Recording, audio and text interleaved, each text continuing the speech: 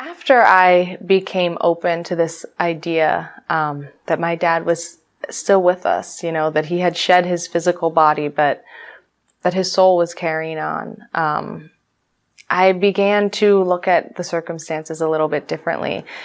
And as I spoke to family members and contemplated different things that took place in the months and, really the year leading up to my dad's departing his body, which was August 30th, 2015, I realized that he actually had been making a lot of preparations, that this thing that had seemed so sudden and random when it first had happened to me, when I first learned that he had died, when I contemplated it, it actually wasn't sudden and random at all. He had been making many preparations for his many kids, for, even just the last book that he wrote. To give you a quick insight into that, the last book that he wrote was called I Can See Clearly Now, and it was a memoir. And when our dad sat down to write that book, we all said, well, why are you writing a memoir? You're only 73 years old. You're going to have another memoir to write in 10 years. And he said, I don't know why I'm writing a memoir, but I feel so called to do it that I have to honor it. Prior to starting that book, he had said that he was going to take a break from writing, that, his neck, and he had written enough books and on. And then one morning he's out at the table writing again, and we're all like, I thought you were stopping. And that's when he told us he's writing a memoir and he's got to do it.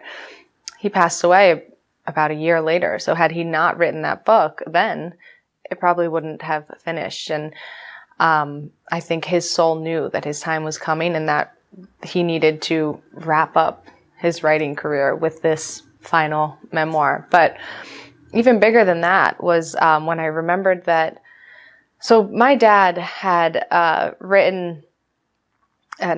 dad had paid for all of his kids to go to college. We were very fortunate to have parents who could afford to pay for all of their kids, put them through school, all of that. And he always told us, as much education as you want to get, I will pay for it, because I am such a believer in the value of a good education.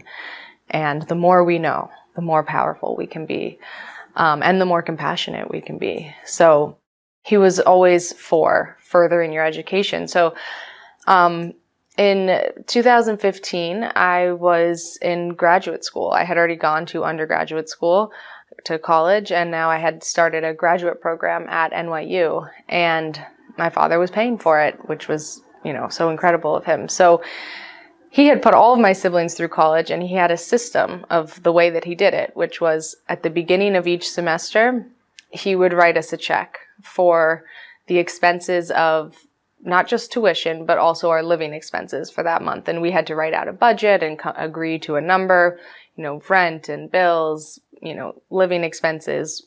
And we would come up with a number, he would write the check, and it was our job to budget it for the 6 months.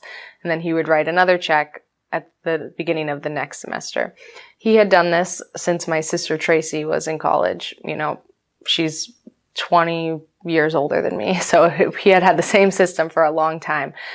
And in January of 2015, 9 months before he died, I was out visiting him in Maui, and on my winter break. And at the end of that trip, he gave me a check for that winter semester. And he said, make sure that you budget it and make it last and all that. I said, thank you.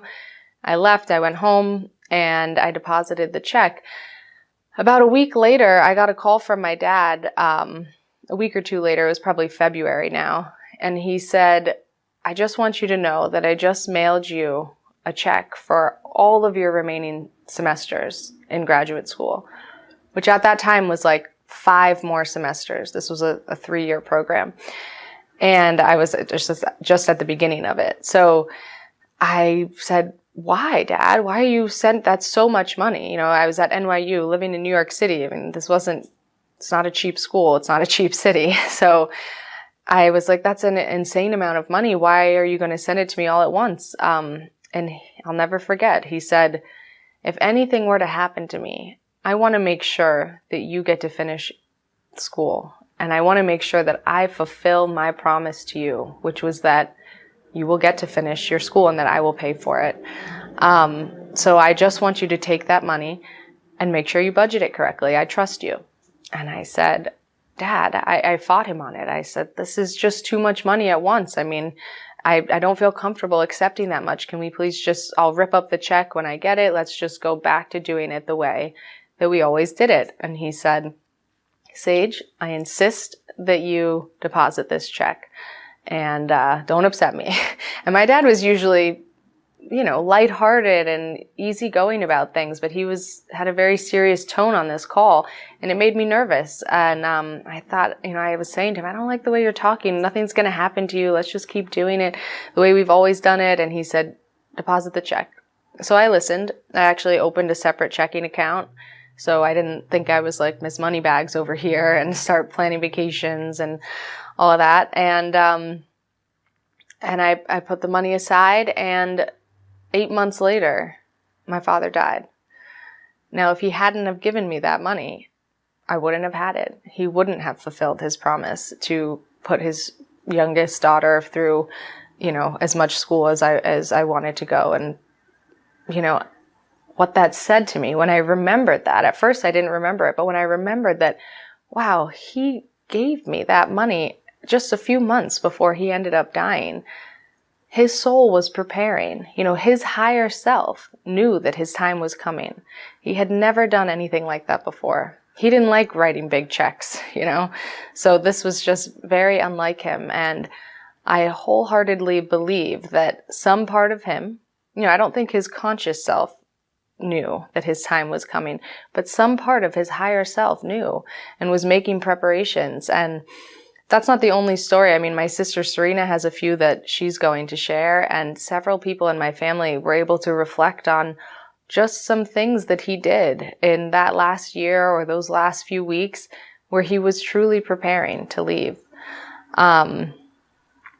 Another thing that took place for me that was really incredible in those early days. So, like I said, I was a skeptic and a believer. And as I shifted into this place of being open to the idea that it was all divinely orchestrated and that it was on time, and, my dad used to say, we all come here with a round trip ticket and we shouldn't question the day. The birthday is something we all celebrate. Nobody questions it. But often the death day, we're devastated, and we're filled with, it shouldn't have been that way. It was wrong. It was an accident. And he always sort of pushed that notion and said, you shouldn't question it. We celebrate the birthday. We should celebrate the death day. It doesn't mean you don't miss the person. It doesn't mean you don't grieve. It just means that to view it in the light of it was divinely orchestrated in the same way that the birthday was. It's the same kind of miracle. It's a going home.